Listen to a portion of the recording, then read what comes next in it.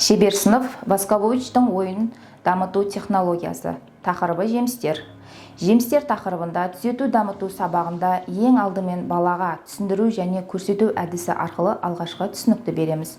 Көбінесе балалар көрнекі және практикалық көрсету негізінде жақсы есте сақтайды. Сол себепті мен Ресей инженер-физика Вячеслав Васкововичтің ойлап тапқан ойындарының бірі Васковович кілемшесін таныстыру кезеңінде негіз етіп алдым. Мұнда баланың жеміс түрлері жайлы түсінігін кеңейтіп қана қоймай, технологияның әмбебаптығына байланысты баланың ұсақ қол моторикасын, ойлау мен есте сақтау, қиял мен зейін қабілеттерін қатар жетілдіреді.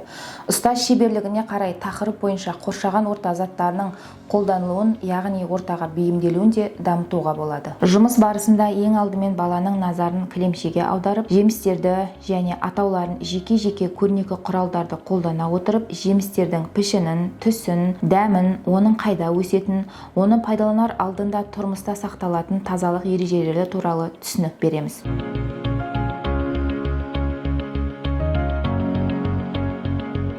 Балаға әріптерді таныту, оқу, жазу дағдысын қалыптастыруда тақтада берілген жемістерді көрсетіп оқыту. Монтессори әдістемесі бойынша жылжымалы алфавит әріптерді арқылы жеміс атауын жаздыру және Васкововичтің жүзім бейнесіндегі дидактикалық материалын пайдалануда баланың ұсақ моторикасымен қатар ойландыра отырып, жемістің атауын бауымен тізбектеу. Васкововичтің әдістемесіне сүйене отырып, келесі тапсырмада бала сипап сезу арқылы заттарды ажыратуға үйренеді. Фетрадан жасалған жеміс ағашының ішінде жемістер жасырылған. Ойын шарты бойынша қолында ұстаған жемістің қандай жеміс екенін табу.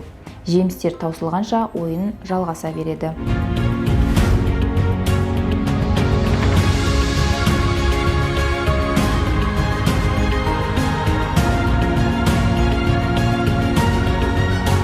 Текше арқылы баланың бүгінгі алған сабағын қорытындылау мақсатында балаға жұмбақ жасырылады.